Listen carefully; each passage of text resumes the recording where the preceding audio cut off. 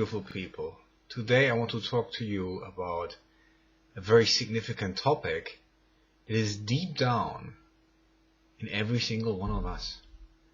And it goes along with the question, how to heal the world. Many of us have ideas of how to heal the world. Many of you watch maybe TV, watch the media on the internet, and you follow politics, you follow what happens in the world, and it creates an idea of powerlessness. It creates an idea that there's an external happening that is out of your control. But on the spiritual path, we're choosing something different. We're choosing to be in power. Well, what power do I speak of? I speak about the power of transformation. Well, things that appear outside of your control, you cannot transform. You cannot transform the political situation. You cannot transform what happens with regards to foreign policy. At least not as an individual. This is a collective effort. But if we focus on what we cannot control, it creates a sense of powerlessness, it creates a sense of I'm a victim to the experience, and it creates a sense of, well, the illusion of separate self, and this creates ego. There we go. Now, in order to transform the world, there's something very, very simple that everyone needs to do. Everyone needs to claim their own path to awakening. And it is important to understand that the path to awakening is not something outside of you. There's no I that makes a choice to be awake, but instead, when you are awake, you become the path. It's one and the same. You're not separate from the path. It is who you are when you act unaltered, when you do not adjust yourself, when you do not manipulate who you are because of some sort of fear. When you eliminate all fear from your action and from who you are, all illusion, if you eliminate that, what's left is the path, and the path is you. There's no difference. So once you are on the path, it means on the path of realizing who you are truly. And once you realize who you are truly, you are transformed. So then, when you are transformed, what do you manifest? What do you invite into your life? Do you invite fear into your life? No, you don't. If you truly realize who you are, what you spread is who you are, and that is love. So then, instead of thinking you need to control something external of you, you need to become what you want to see in the world. That is authenticity. That is soul expression through the integrated personality. A personality that is not split anymore into parts accepted and parts unaccepted, which is of course the ego concept. A totally healed personality invites in spirit. And then spirit expresses itself through personality without limitations of fear. So then everything that you do is total. You're not withholding yourself anymore. You complete in what you do. When you complete in what you do, you are the new world. You are the new earth. You're expressing the way. It would be wonderful if, of course, more and more of us express the way. But this is a process. When you awaken yourself, you do everyone a great service. So I say, for those who worry about the world, do not worry about the world. Just be on the path. When you are on the path, whatever you create is in accordance with the deepest will that exists. And this will is not separate from you. Only when you believe to be an ego, when you believe to be a separate self, you believe this will to be separate from you. But there is one will, and this will we all express when we are authentically ourselves.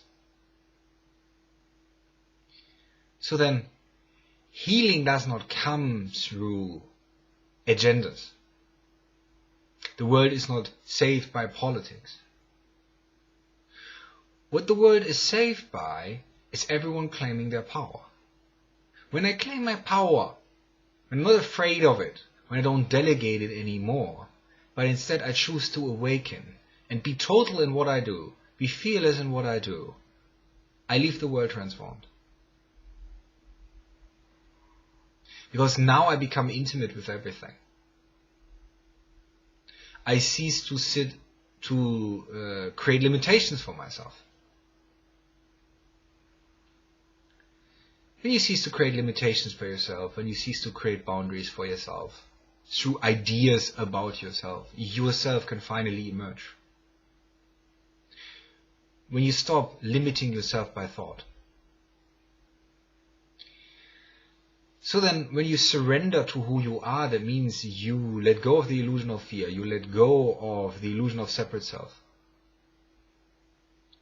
You naturally happen, effortlessly. This is what we're looking for. No fancy way of adjusting yourself. So, claiming your path and realizing something quite profound. You see, if you are believing that you're separate, that there's an external world and that there is you, well then, this external world responds to your beliefs. How can this be if you're separate?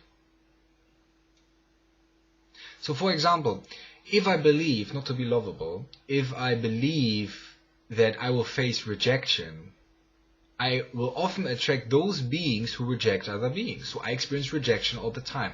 How can this happen if on some level I'm not communicating with them? On a level of oneness and ask for the experience of rejection. Unconsciously, mind you. How can I have separate thought if there is not an opposite that is universal thought? How can I not have the experience of being alone? Well, only through the existence of an opposite, which is being alone is an illusion within the unity of all that is.